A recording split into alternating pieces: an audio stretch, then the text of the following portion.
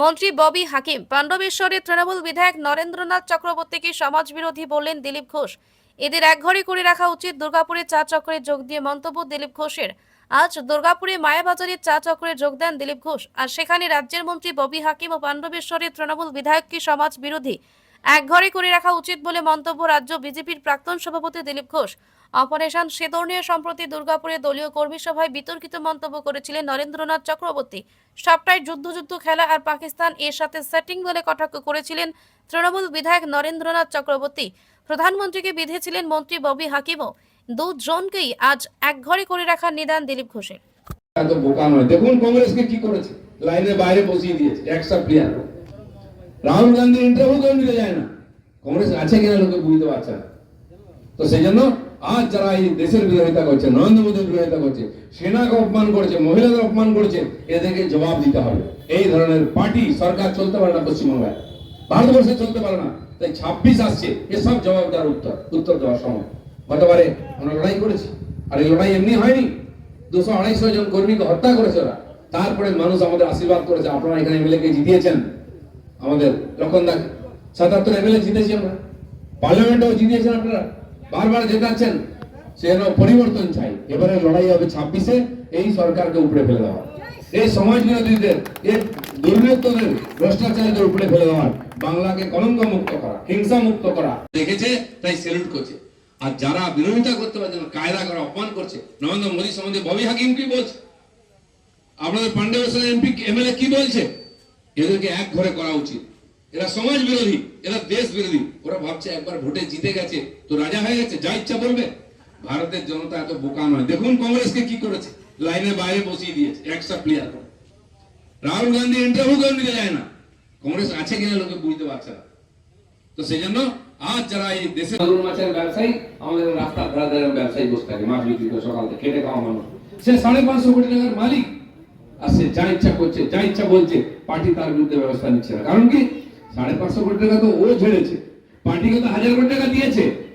কার দম আছে, তার বিরুদ্ধে ব্যবস্থা নয়, তার পার্টি উঠে যাবে। এই লোকগুলো পার্টিকে বাঁচিয়ে রেখেছে, পার্টিকে চালিয়ে রেখেছে। এদের জন্য মমতা ব্যানার্জি মুখ্যমন্ত্রী আছে, যেন কেস্টের মতো লোক বাড়বে।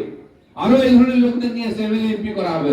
রোজ আপনাকে শুনতে হবে, দেখতে হবে এই ধরনের যে জুয়াচুরি। পশ্চিমবাংলার রাজনীতি কোথায় যাচ্ছে? একটাই পার্টি টিএমসি, একটা মাছ, সে পুরো পুকুরকে দূষিত করছে, যেরকম করে সেরকম এই কি বলে তেলাপিয়ার জাত পুরো পুকুরকে একদম জঙ্গলে ভরে দিচ্ছে। অন্য কোনো মাছ থাকতে পারবে না, জলা করে দিচ্ছে, ডোবা করে দিচ্ছে পশ্চিমবাংলার রাজনীতি। এর থেকে মুক্তি চাই, তাই ভারতীয় জনতা পার্টি লড়াই করছে। নরেন্দ্র মোদী যে কাজ 11 বছর ধরে করছেন, গতকাল পরশু আমরা সেই অভিযানের উদ্বোধন করেছি। 11 বছরের কাজের যে খতিয়ান, সেটা মানুষকে তুলে ধরে প্রত্যেক বছরই করি আমরা। এমপি দুর্নীতির জন্য তার মেম্বারশিপ চলে গেছিল, মহামিত্রে সাসপেন্ড হয়ে গেছিল, আবার জিতে এসেছে। 1 বছর থাকতে সাসপেনশন হয়ে গেছিল, মেম্বারশিপ চলে গেছে। সেদিন একজন এমপি আবার কি ইউজ করেছিল, এত মিথ্যাবাদী, এত মানে ছোট লোকেরা কি ভাষা কার প্রতি বলা উচিত, তার স্তরে নামিয়েছে, কোর্ট রায় দিয়েছে। ওই ওদের এমপি গুজরাট থেকে কে হয়েছে, কি নাম, সাকের, 50 লক্ষ টাকা তাকে কোর্ট ফাইন করেছে, এবং তার অর্ধেক বেতন কেটে নিয়ে যে মহিলাকে অপমান করেছে তাকে দেওয়া হবে। ভাবুন কিরকম ছোট লোক, অসভ্য, তাহলে লজ্জাও নেই, যা পাচ্ছে মুখে যাকে ইচ্ছা বলেছে। আর বলবে না কেন, মুখ্যমন্ত্রী নিজে যে ভাষা প্রয়োগ করছে, যা ইচ্ছা করছে, কেন্দ্রীয় প্রকল্পের সব নাম পাল্টাচ্ছে। যে অপারেশন সিন্দুর, যার নামেতে আমাদের সেনারা পরাক্রম দেখিয়ে পাকিস্তানের নাক ভেঙে দিয়ে, দাঁত ভেঙে দিয়ে, কোমর ভেঙে দিয়েছে, সারা দুনিয়াতে পাকিস্তানের যে আসল চরিত্র উদ্বোধন হয়ে গেছে। আমাদের পার্লামেন্টের এমপিরা গিয়ে সারা দুনিয়ার দেশে দেশে পাকিস্তান আসল চরিত্র তুলে ধরলেন, ভারত কিভাবে জবাব দিয়েছে এটাও বলে এসছে। তার মধ্যে টিএমসির নেতারাও ছিলেন, সিপিএম কংগ্রেসের নেতারাও ছিলেন। সেই অপারেশন সিন্দুর, যে সিন্দুরই আমাদের মায়েদের সম্মান, মহিলাদের সম্মান, অস্মিতা, সেই সিঁদুর দেখে দেখে হত্যা করা হয়েছিল হিন্দুদেরকে, তাই অপারেশন সিন্দুর নাম দেওয়া হয়েছিল। সেই সিঁদুরের অপমান মমতা ব্যানার্জি করেছেন মহিলা হিসাবে, সিঁদুরটাই তুলে দিয়েছেন বিধানসভা প্রস্তাব থেকে। লড়াই তো হচ্ছে সিঁদুরের জন্য, আপনি সিঁদুর তুলে দিলেন, আপনি মহিলাদের সম্মানের কথা বলছেন। আপনার কাছে আপনাদের নেতাদের, আপনাদের মুখে মহিলাদের সম্মান আর শোভা পায় না। কেষ্ট যে কথা বলেছে অনুব্রত মণ্ডল, তারপরে টিএমসি কেউ যে মহিলাদের সম্মানের কথা বলে, তার চিন্তা করবেন দুবার।